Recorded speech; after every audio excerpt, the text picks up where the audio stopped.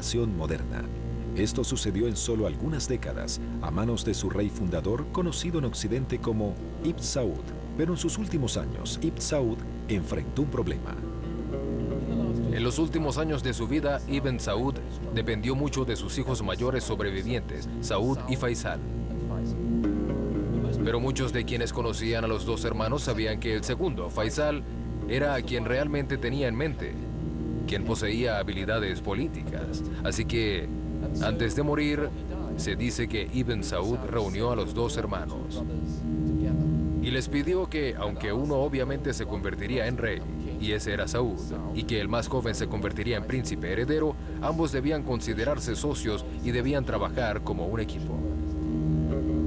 El 9 de noviembre de 1953, el guerrero que fundó Arabia Saudita murió en los brazos de su hijo Faisal.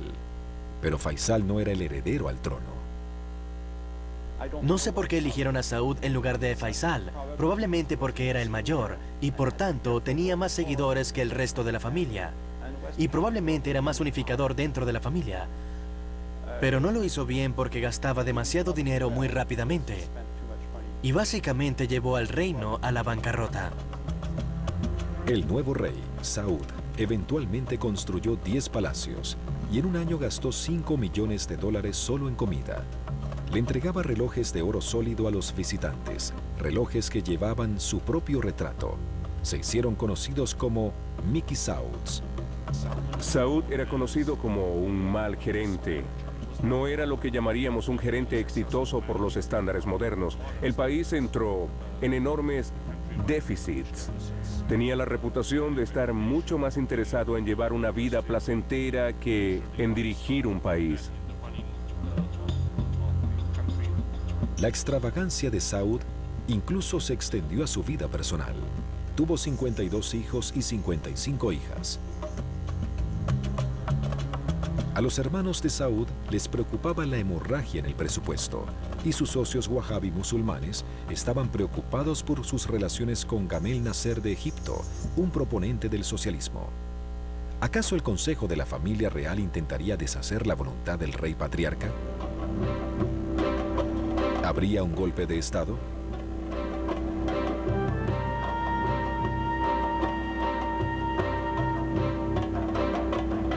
Les preocupaba el socialismo árabe, les preocupaba las conexiones de Nasser con la Unión Soviética.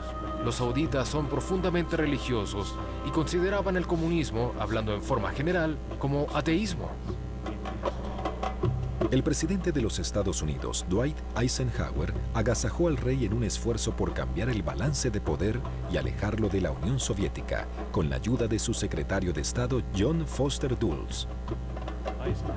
Eisenhower y Dulles tuvieron por un tiempo la idea de que Saud, representando al Estado saudita, que recibía cada vez más ingresos petroleros, podría ser una útil oposición a Nasser en el mundo árabe. Saud prefirió la ayuda económica de Eisenhower al movimiento de Nasser, pero la infusión de efectivo no fue suficiente. El consejo familiar hizo a un lado a Saud y puso al príncipe heredero, su hermano Faisal, a cargo de los asuntos cotidianos, una enorme vergüenza para un monarca en el trono. El rey Saud intentó retomar el poder, pero los déficits continuaron.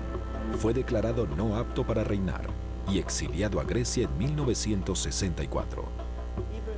La familia incluso decide quién es el rey. Debes ser muy sutil y muy cuidadoso sobre la forma en la que te manejas si quieres permanecer en el poder. Él simplemente no era capaz de dirigir un país que pasaba rápidamente del siglo VII al siglo XX. Las destrezas, las sensibilidades, la sofisticación, la habilidad administrativa, él no las poseía. Fue una figura más bien trágica. Fue el golpe de estado no sangriento de Arabia Saudita.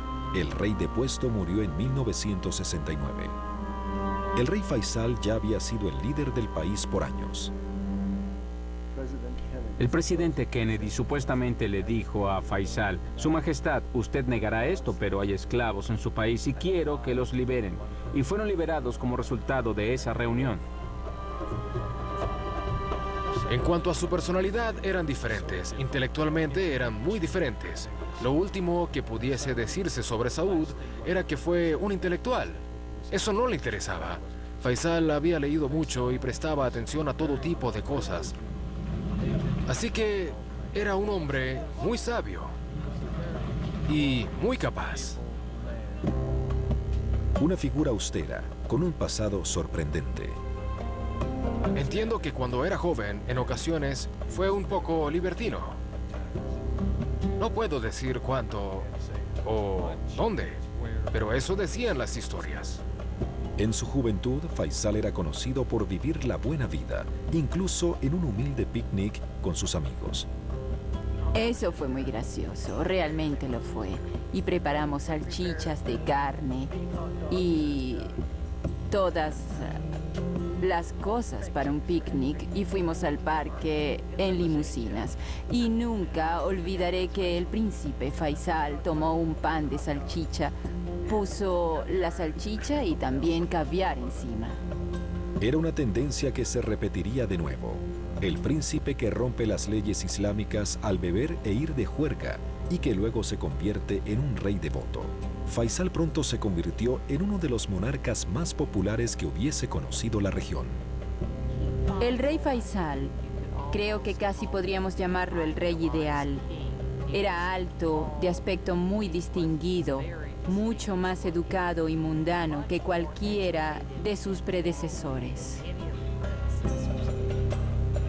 Esta popularidad significaba que Faisal podía iniciar planes ambiciosos para modernizar el país.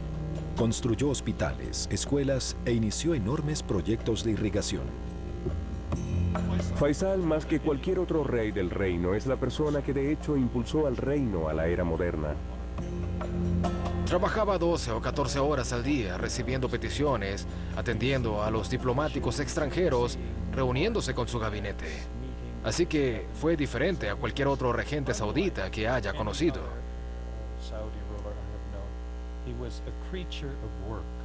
Fue el rey más inteligente que hayan tenido y en algunos aspectos revolucionario. Y le daré un ejemplo. Las escuelas de niñas no existían hasta que se convirtió en rey.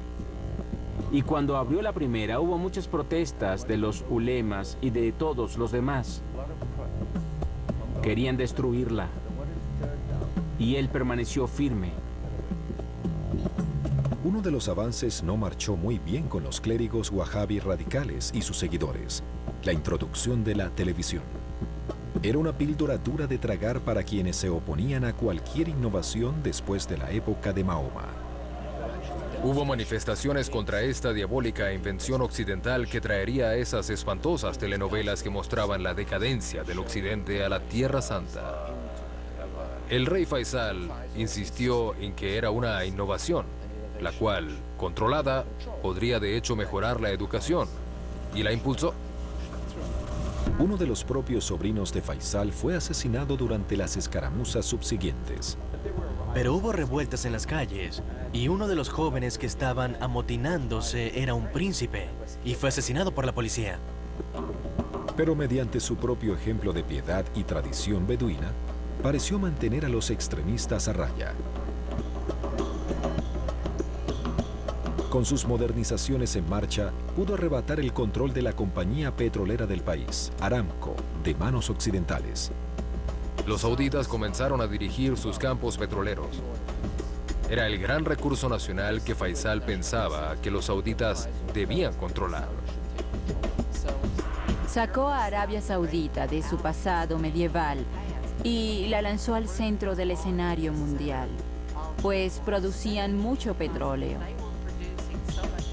Estaban recibiendo tanto dinero que debían gastarlo para mantener funcionando la economía internacional.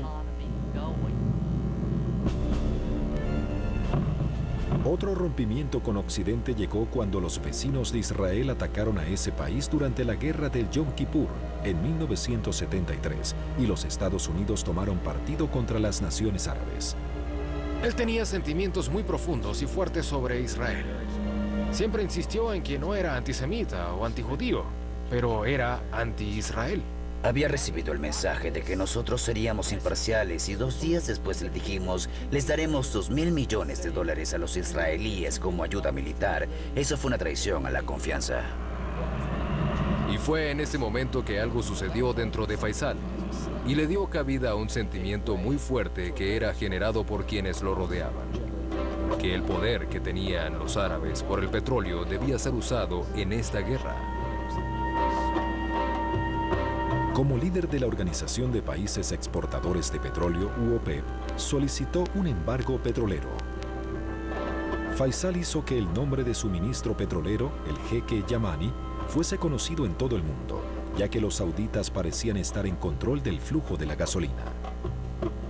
Era la única carta que podía jugar, era la única arma que tenía en su arsenal, que creyó que crearía un impacto en Estados Unidos. Sí generó un gran impacto económico en Estados Unidos, pero ciertamente no cambió la política estadounidense. Las relaciones estaban dañadas y los ingresos mermaron, pero Faisal se había convertido en uno de los líderes más poderosos que hubiese visto el mundo árabe. ¿Pero acaso su esfuerzo por modernizar había llegado demasiado lejos, demasiado rápido? La decisión de introducir la televisión en el reino regresó para acosarlo. El 25 de marzo de 1975, el hermano del joven sobrino asesinado en las revueltas por la televisión fue recibido para una audiencia con el rey. Y cuando fue su turno de saludar a Faisal, sacó su arma y le destrozó los sesos.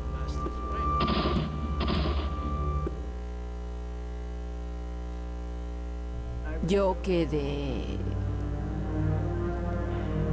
horrorizada. Aún lo estoy. Pensar que un hombre de ese calibre, con esos sueños, un hombre con ese deseo de mejorar las cosas, tuviese un final tan terrible. Podría discutirse que ya que fue asesinado en gran parte por su creencia en la modernidad, realmente hizo que el país se diera cuenta de que eso era lo que debían hacer. En otras palabras, fue una especie de mártir para la causa del futuro. La nación quedó enlutada.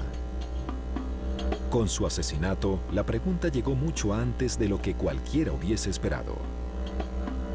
¿Quién asumiría el reino de esta potencia global emergente?